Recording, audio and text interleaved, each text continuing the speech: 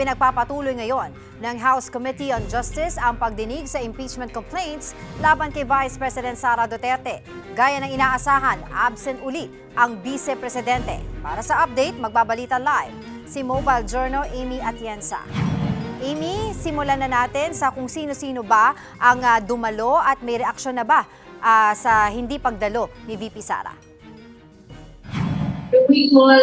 Angela, ito na nga ang ika-4 na araw ng pagdinig ng House Justice Committee tungkol sa impeachment complaints laban kay Vice President Sara Duterte. At ngayong araw nga ay nakita natin ang pagdalo ng mga complainant na kabilang sa Cabrera complaint at sa Balya et al. Complaint. Nandito rin ang National Bureau of Investigation para nga matalakay yung doon naman sa grave threat na ibinigay ni VP Sara para nga kay Pangulong Bongbong Marcos, First Lady Liza Marcos, pati na rin kay former House Speaker Martin Romualdez. At ngayon nga ay nakita rin natin na hindi dumalo at hindi present dito si Vice President Sara Duterte, pero iginigit pa rin naman ni Committee Chairperson Jervil Luistro na magpapatuloy ang pagdinig ng House Justice Committee at magpapakatotoo daw sila para nga makita kung ano nga ba ang probable cause nitong mga ebidensya at pati na rin yung mga alegasyon na naihain laban kay Vice President Sara Duterte. Pakinggan pa natin ang kanyang pahayag.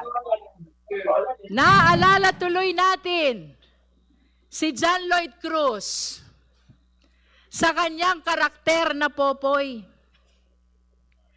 Kapag pinapayuhan tayo ni Popoy na mag-ingat, damang-dama natin ang pagmamahal. Yan talaga ang paalala ni Popoy. Ingat tayo lahat.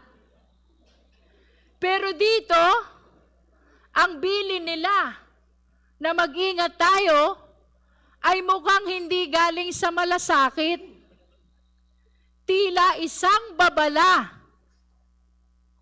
O baka nga, isang babala. Amy, kung nung nakaraang mga pagdinig, tinalakay ang confidential funds, ang issue ng notice of disallowances, at nung nakaraan din ay yung money trail, kumbaga yung AMLAC at ang salin ng Vice Presidente. Ngayong araw naman, ano ang tatalakayin?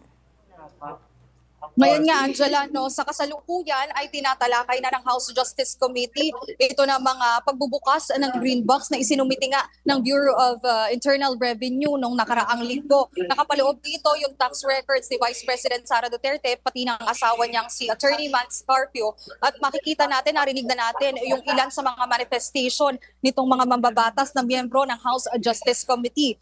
Kanina, ito nga endorser ng sa Balya et al. Complaint na si Representative Laila De Lima, sinabi niya na kinakailangan ng buksan itong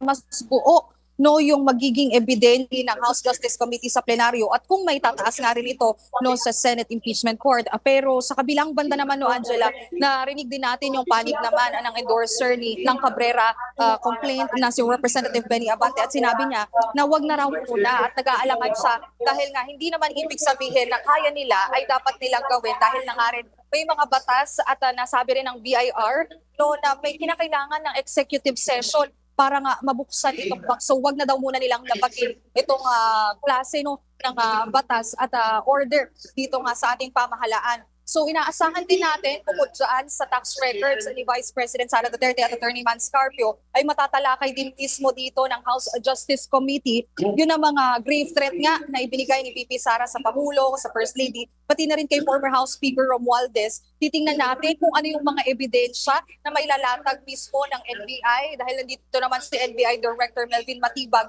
para nga mapag-usapan din yung pag-assassinate at yung alleged assassination na iplinano ni VP Sara para nga dito sa ating Pangulo. Okay, Amy, pagkatapos ng pagdinig ngayong araw, ano ang susunod na mangyayari? Tuloy ba yung botohan ng House Justice Committee?